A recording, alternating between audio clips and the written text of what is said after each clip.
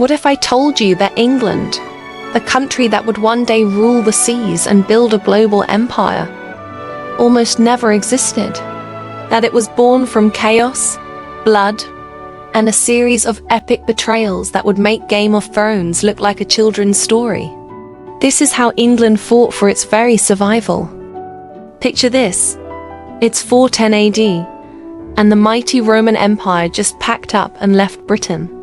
After 400 years of rule, they're gone, leaving behind a massive power vacuum.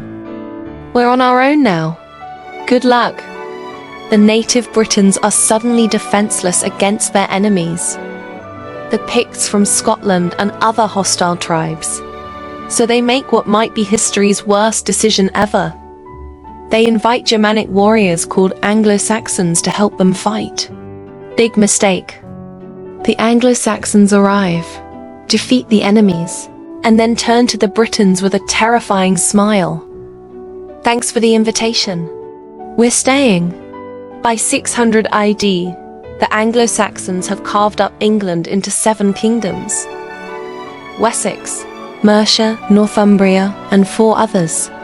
The native Britons pushed to the edges of their own land. But just when these Germanic settlers think they've got it made, 793 AD, Lindisfarne Monastery. Viking longships appear on the horizon like death itself. They storm ashore, slaughter monks, burn the sacred monastery, and disappear with all the treasure. The Anglo-Saxons are horrified. These aren't just raiders, they're a nightmare come to life. What kind of monsters attack a holy place? But this is just the beginning. The Vikings return with armies, and one by one, the Anglo-Saxon kingdoms fall like dominoes. East Anglia, crushed. Mercia, gone. Northumbria, conquered.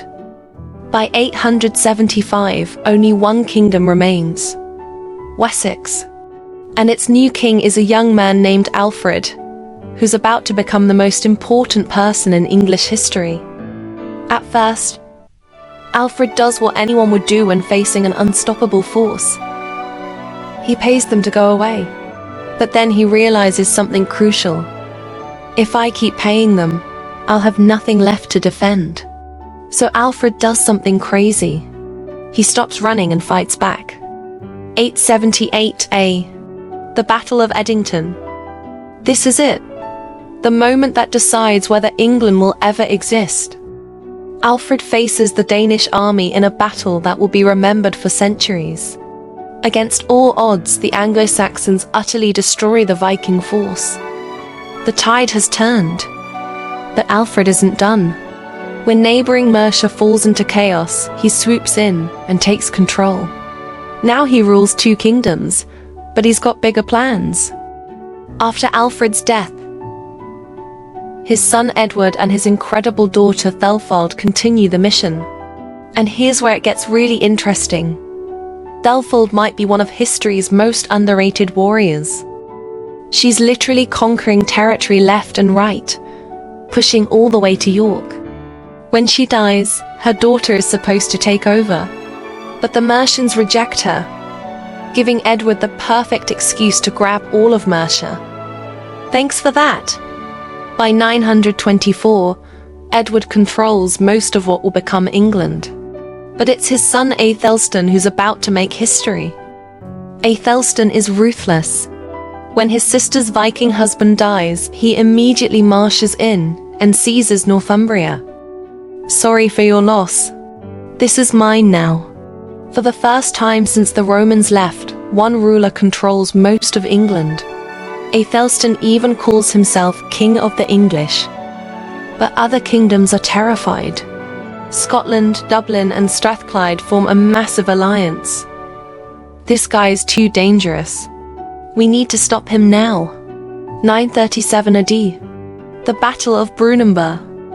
This is the fight that will either create England or destroy it forever.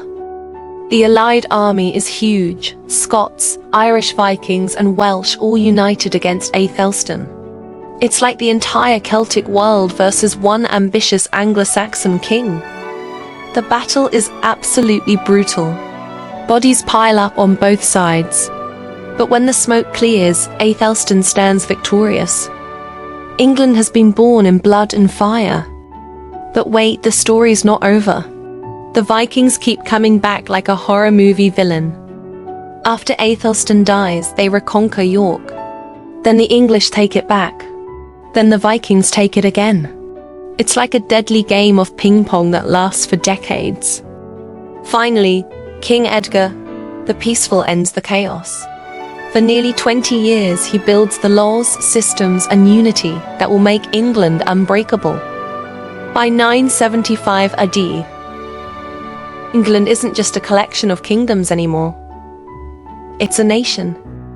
So there you have it. England wasn't inevitable.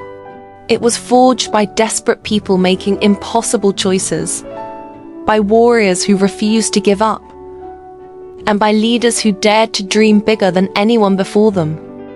From Roman collapse to Viking terror to Anglo-Saxon triumph, England survived it all.